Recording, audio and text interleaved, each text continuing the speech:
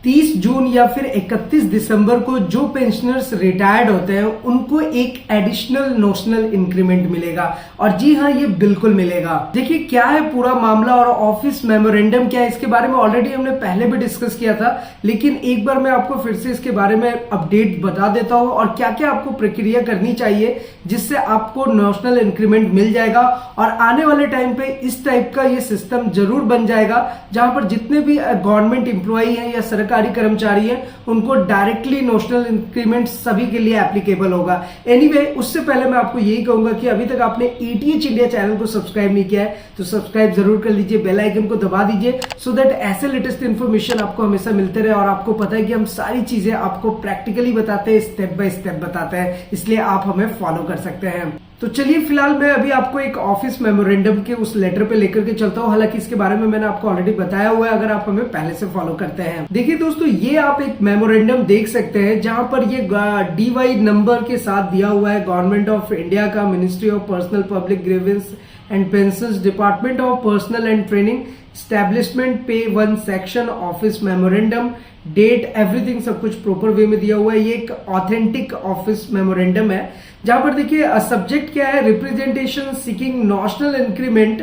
Revision of कंसिक्वेंशियल pensionary benefits. तो national increment basically उन्हीं के लिए है जो 31 दिसंबर या फिर 30 जून को रिटायर्ड होते हैं। तो बेसिकली क्या है कि वो पूरे साल काम करते हैं और सिर्फ एक दिन की वजह से उनको वो इंक्रीमेंट नहीं मिल पाता है। तो ऐसे में ये इंक्रीमेंट मिलना चाहिए। और उससे पहले मैं आपको बता दूं कि बहुत सारे ऐसे पेंशनर्स हैं जो इस टाइम पे जब रिटायर्ड करते हैं तो वो वहां पर फाइलिंग करते हैं कोर्ट में, तो कोर्ट की तरफ से ये जजमेंट आता है और वो पेंशनर के हित में ही जाता है कि नहीं उनको सच में ये बेनिफिट मिलना चाहिए। हालांकि पहले के वीडियोस में मैंने आपको नेशनल इंक्रीमेंट के बारे में सब कुछ आपको बहुत ही डिटेल में बताया हुआ है। फिलहाल इस ऑफिस मेमोरेंडम को मैं आपको एक्सप्लेन कर देता हूं। देखिए यहाँ पर आप क्लियरली देख सकते हैं कि यहाँ पर नंबर 1 पॉइंट पे क्लियरली मेंशन्ड है कि the undersigned is directed and referred to your email dated 28/2022, 38/7/9, 12/9 and 9/11/22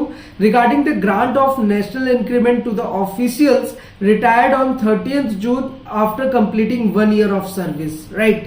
फिर उसके बाद सेकंड पॉइंट में इन्होंने ये मेंशन किया है, in the wake of recent orders of the honourable supreme court in cases of involving claims for grant of national increment on 1st July and 1st January to the central government employees having their date of retirement on 30th June or 31st December respectively, the subject matter is under examination in consultation with the nodal ministries department concerned। तो सीधा सीधा सा clear मतलब है कि जो email इतने तारीख को किया गया था नेशनल इंक्रीमेंट के रिगार्डिंग, तो उसमें बेसिकली क्या होता है ना कि लोग अपना 1 साल का सर्विस तो पूरा कर लेते हैं और उसके बाद जैसे ही उनका रिटायरमेंट का डेट आता है 30 जून या फिर 31 दिसंबर, तो उनको एक दिन की वजह से वो नेशनल इंक्रीमेंट नहीं मिलता है। और आपको ये पता होना चाहिए कि 2017 से ही ये मामला ऑलरेडी कभी हाई कोर्ट और सुप्रीम कोर्ट के बीच घूम रहा है। वैसे देखा जाए तो ये मैटर अभी भी अंडर एग्जामिनेशन है, यहाँ पर आप क्लियरली देख सकते हैं,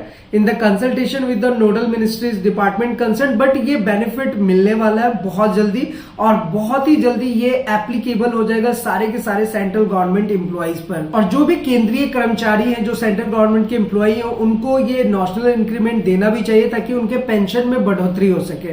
ये एक तरह का इंक्रीमेंट है जो कि होना चाहिए। और जैसे कि मैंने आपको बताया कि ये मामला ऑलरेडी 2017 से ही हाई कोर्ट और सुप्रीम कोर्ट के बीच में घूम रहा है, लेकिन जो लोग क्लेम करते हैं, जो पर्सन रिटायर्ड हो गए, जो वो 30 जून को रिटायर्ड हो रहे हैं या फिर 31 दिसंबर को रिटायर्ड हो रहे हैं और उन्होंने कोर्ट में जाकर के क्लेम किया है कि हमने तो पूरा 1 साल सर्विस पूरा कंप्लीट किया है तो फिर हमें नेशनल इंक्रीमेंट क्यों नहीं मिलता, एक्स्ट्रा इंक्रीमेंट क्यों नहीं मिल रहा। तो ऐसे सिचुएशन में मेजोरिटी केसेस में क्या हुआ है कि कोर्ट ने जो फैसला है वो डायरेक्टली पेंशनर्स के हित में किया है, पेंशनर्स के हक में किया है कि अगर वो इस डेट में रिटायर्ड होते हैं तो उनको वो नेशनल इंक्रीमेंट मिलना चाहिए। और मैं आपको क्लियरली इस बात को बता दूं कि ऐसे पेंशनर्स को वो नेशनल बेनिफिट मिला भी है। अब ऐसे सिचुएशन में क्या होता है ना कि वैसे पेंशनर्स जो इस डेट में रिटायर्ड हो रहे हैं, जब वो इंटाइटलमेंट करते हैं यानी कि अपना एप्लीकेशन देते हैं कोर्ट में, तो कोर्ट डायरेक्टली PCDA को ये निर्देश देती है कि इस पेंशनर को ये बेनिफिट मिलना चाहिए और पेंशनर्स को ये बेनिफिट मिला है। अभी का सिचुएशन ये है कि आने वाले टाइम पर क्या होगा कि जो लोग भी 30 जून को या फिर 31 दिसंबर को रिटायर्ड होंगे उनके साथ क्या होगा कि वो ऑटोमेटिकली ये लाइक जो ऑफिस मेमोरेंडम है ये सब कुछ प्रॉपर वे में पास होता है तो उनको ये ऑटोमेटिक लागू हो जाएगा और उनको इंक्रीमेंट ऑटोमेटिक मिल जाएगा, क्योंकि सच में उन्होंने एक साल के लिए सर्विस दी हुई है। तो फिलहाल दोस्तों मुझे आज की इस वीडियो में आपको यही बताना था कि